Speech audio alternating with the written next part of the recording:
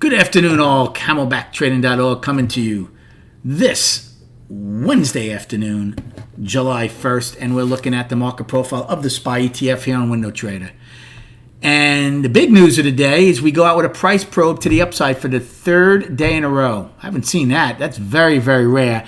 However, this price probe totally got rejected, and we have an outside bar, which we called in CamelbackTrading.org before M period even opened.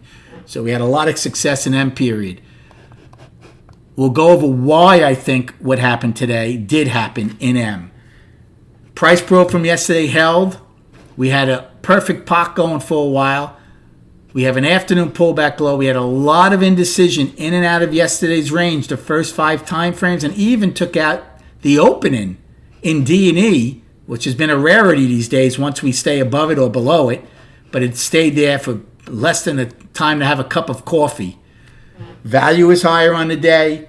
Yes, that stat holds 87.9, just went up a little more. That July 1st has been up over the last, I don't know if it was 100 years or what, but not really a surprise considering the 30th, you get a lot of the quarter end and a lot of new money comes in, obviously, the next day.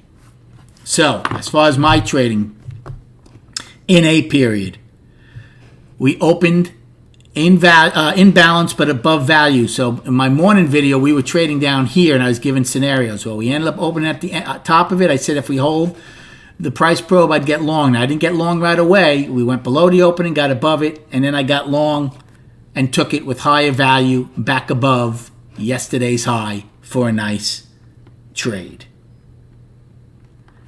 Then I took a short against the gap twice, right? We had the gap that had not been filled yet. So I said I would take a quick short, not because the market's bad, but because it's a very visual spot. We were at the top of a 5-day balance, and we had the gap. So twice I shorted it against that, and both times it worked out.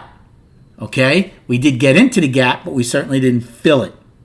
So those were three plays in A period, 1 long, 2 shorts. B period started. We started one time framing up, but we had very poor structure below. So I took a short, and we got that, and I got out of it. Not because I thought the market was going to roll over.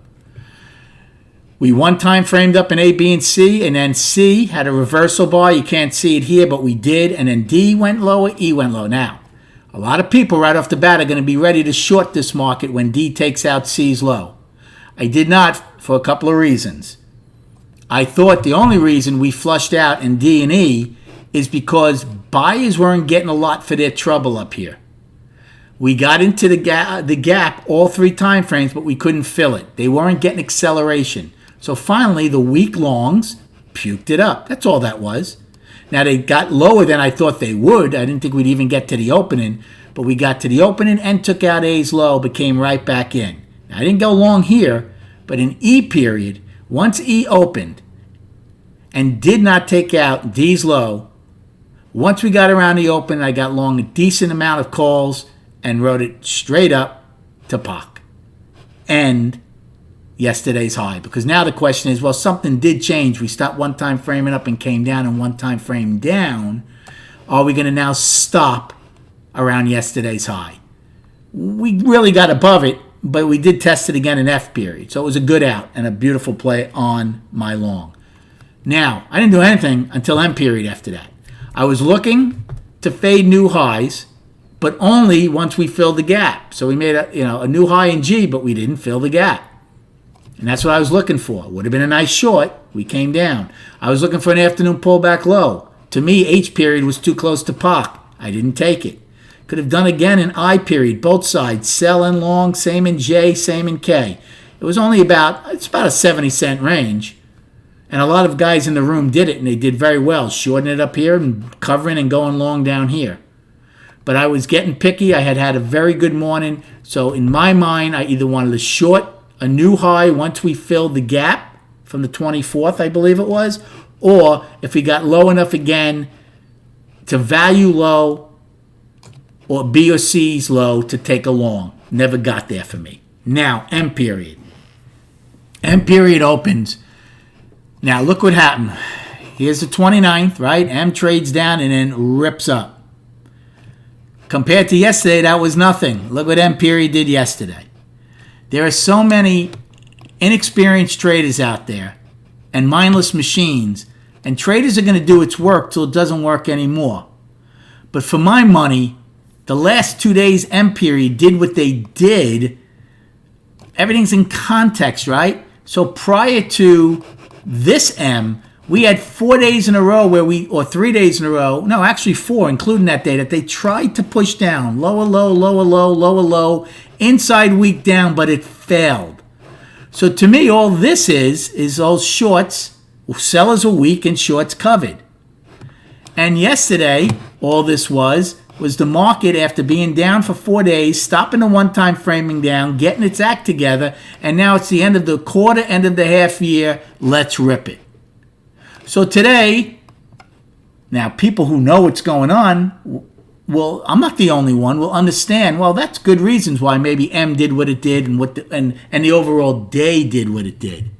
But there are so many people out there that once L started going up and then M started going up and it took out L, well, guess what? Oh my goodness, here we go again. And they just keep buying and buying and buying. And in my gut, and I don't like trading by gut, you know that. I need market-generated information and everything else. But with 35 years experience being a market maker and doing this behind the screens, something told me. In fact, I said to my room, before M had made a new high, and then it was trading right around L's high. And I said, I think we have better odds of trading at POC than making a new high in M. Now, I was wrong. We made a new high by about 5 cents. And I put my money where my mouth was, though. I was long 312 puts and 311 puts that expired today. Decent size. They came in a couple of times. I would take some off. I never really added. Finally, I took them off when M did make that new high. But I had made small on it. And then M did exactly what I thought it would do. Started rolling over. The 350 algo did nothing. Started drifting to 358.5. Right before it, I said, we're going to push lower. I'm going to be right. And then I bought another 50 puts of the 311s that expired today. And lo and behold, the 355 and the rest of the time frame flushed out to the original POC. And we had a reversal bar. We took out L's high and took out L's low. Called it to a T. And many in the room did very well off of that. Another reason to be in CamelbackTrading.org's room. All right, destinations for tomorrow. Upside. First one is today's high of 311.89. Then we don't have anything to 312.11. That was the price probe from June 23rd, right here. Right? That gap is now filled. We finally filled it. That's when I took my short in M period. Then we have 313.50 was 11 wide from the 23rd, and then 314.50 weekly high. For the downside, another price probe. Now we closed at 310.52. The price probe is $1.20 higher. Now does that mean it's rejected? No. We have to wait till tomorrow morning. The market closed. Now tomorrow morning at 9:30, if we don't open above L's high, then it's firmly rejected. But for right now, we have to count it. 311.70. Is the price probe. Then 310.45, which was 11 wide. So we were 9 for 9. We ended 11 for 13. Buyers and sellers very happy right here above yesterday's high. Below that, the afternoon pullback low, both H and K's lows of 310.30. Then we have today's low of 309.07. Yesterday's price probe, L's high of 307.92, and then the single prints, 307.53. I'm sorry, 307.59 get filled at 53. And then the afternoon pullback low of 305.69. So, let's go to the charts. I know this video is a little longer again, but important stuff, because knowing your competition, getting inside their head is so important. And that made for a very good trade for a lot of people in the room. Okay, first day of the month, first day of the second half of the year. One time framing up in the monthly. Buyers, again, good job. No complaints. The volume was horrible, though. 67 million. We're averaging 107 million. So horrendous volume for the first day. Next goal is to get above March's high of 313.84. Weekly. For me, it's firmly a 6-week balance. 1 day to go in the week. Unless we have a tremendous day to take out last week's high or horrible day to take out last week's low again, the inside week pretty much proved to be a dud. But here's the important thing. Even though the inside week failed to the downside, last week's low is 299.42. This week's low is 298.93. Technically, it's not another inside week. However, because we barely took out the weekly low to the downside this week, you can kind of call this almost an inside week for the last 2 weeks. So hopefully the powder keg's building and we either pop to the upside really good or to the downside really good. Should be interesting. And then the daily, yes, we broke above a 5-day balance to the upside. We close a penny above it. I'm going to call this balance to up. I can't just call it up. I don't like the way it closed. If we close at the highs of the day, I would say we're up one time frame. We are one time framing up for 2 days, no doubt. But I'm just calling this balance to up right now. If by some chance tomorrow we take out today's high and we close higher, then we'll be firmly up, one time framing up. On the flip side, if we come back, take out today's low, we're firmly back in balance.